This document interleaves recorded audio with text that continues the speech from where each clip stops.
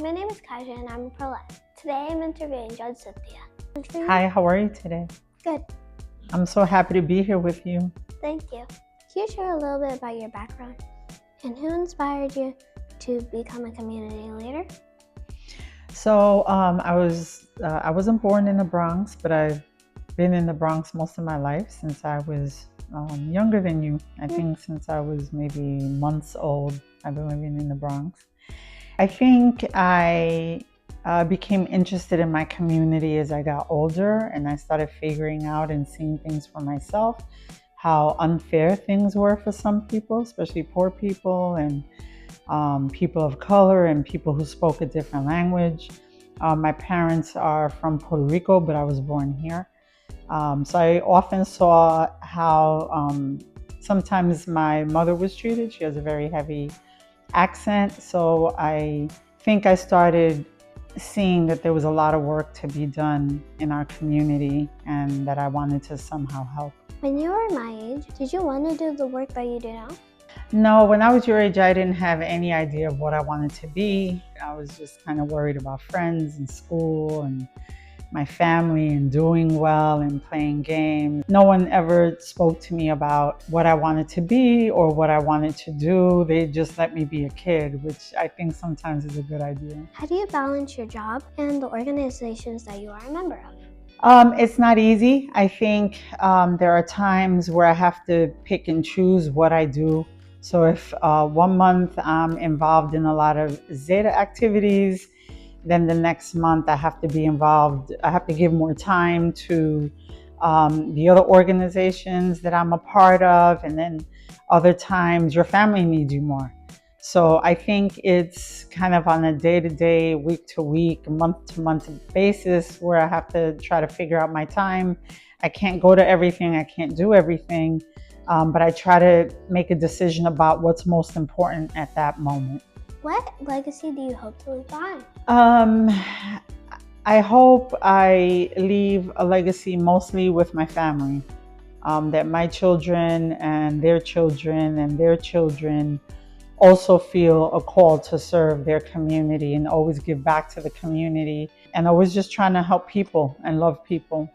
Am I doing okay so far? Yes, you are. Thank you. If you could give your younger self a piece of advice, what would it be? I think I would tell myself that everything's going to be okay. I think I worried a lot when I was your age. Worried about everything. Worried about my family, worried about friends, worried about school, just so many things. And always feeling like I had to be perfect or do everything exactly right for things to turn out right. And I learned as I got older that even if I made mistakes, it somehow worked out okay. I always had friends and family or teachers or mentors to help put me back on the right track or help me come up with solutions to my problems and help me fix things.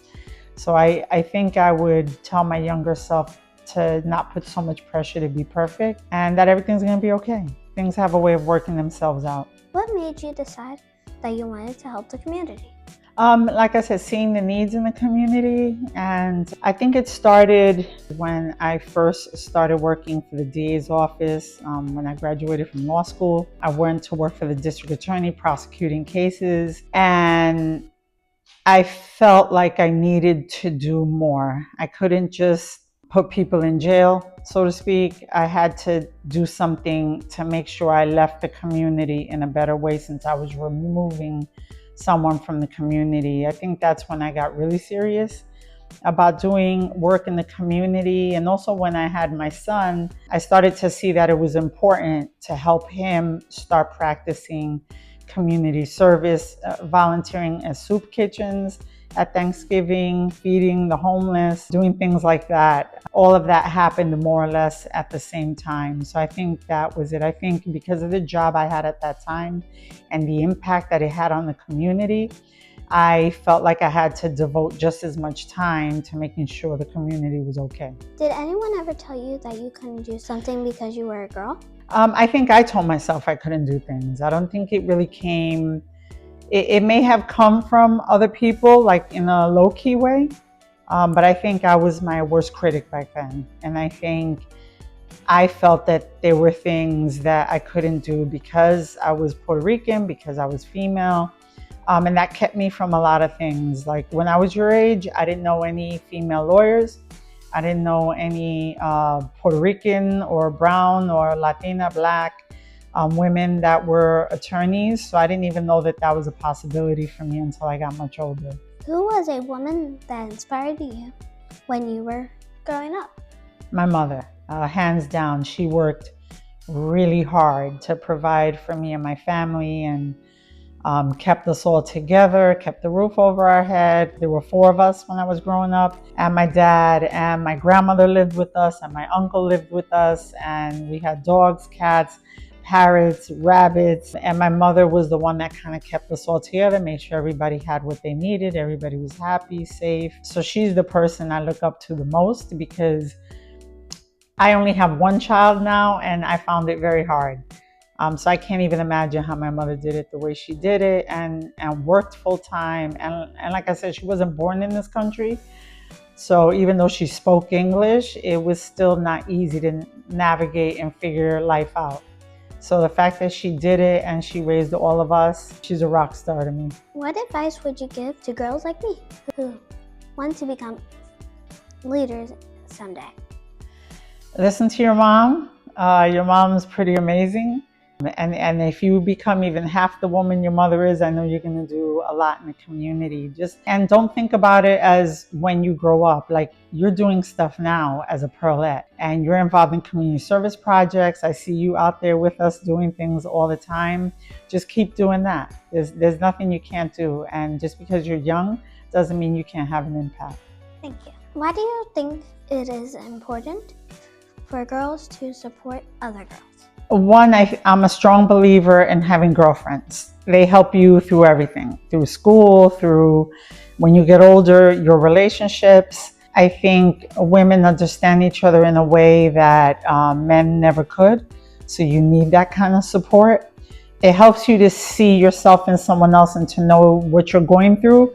You're not the only one going through it. And I think that that's something that women can always help other women with. Support each other, tell each other that we don't have to do everything, that we don't have to do everything perfectly, and we don't have to do everything alone.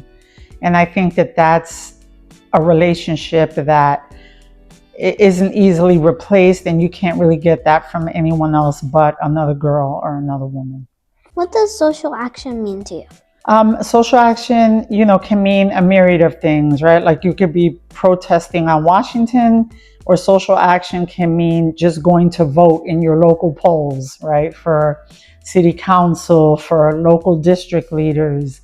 I think there's something that everybody can do. Writing a letter, filling out a petition, answering a questionnaire, volunteering at your school, organizing something. Like, if one of your friends, God forbid, suffers from a fire in their home, you can go out and collect items and food and clothing to help them. When you go and you meet politicians, telling them what your opinions are, showing up, attending meetings and just listening, and then going back and telling your friends, oh, I went to this meeting where I heard they're going to change the law about kids can't have cell phones in school, and how do we feel about that, and what can we do about that? So I think social action is on many, many different levels. What are some problems that girls my age or women face today that we should know about? I think safety, that your body is your own and no one should touch you that's not supposed to and that you don't want to, and that no one should be hurting you, and if they do, that you should be able to tell someone. Why is it important for women to stand up for things that are unfair?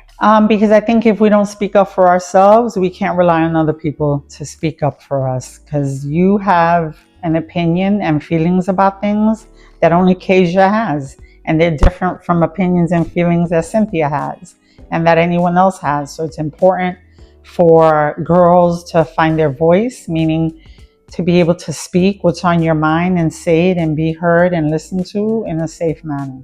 What do you hope that the world will be like for girls when I grow up? I hope that we don't need to have conversations like this. I hope that we don't still have to fight for to be heard, or fight to have control over our bodies, our minds, our voices. And I hope that in all the spaces where decisions are made, that there's a woman's voice there. What message would you like to give all the girls watching this? You're beautiful and you can do anything. Thank you. When you were younger, were you always confident, or did you have to learn how to believe in yourself? I wasn't always confident, and to this day I still have to learn to believe in myself. It's a struggle for me. Is that it? Yeah. Thank you.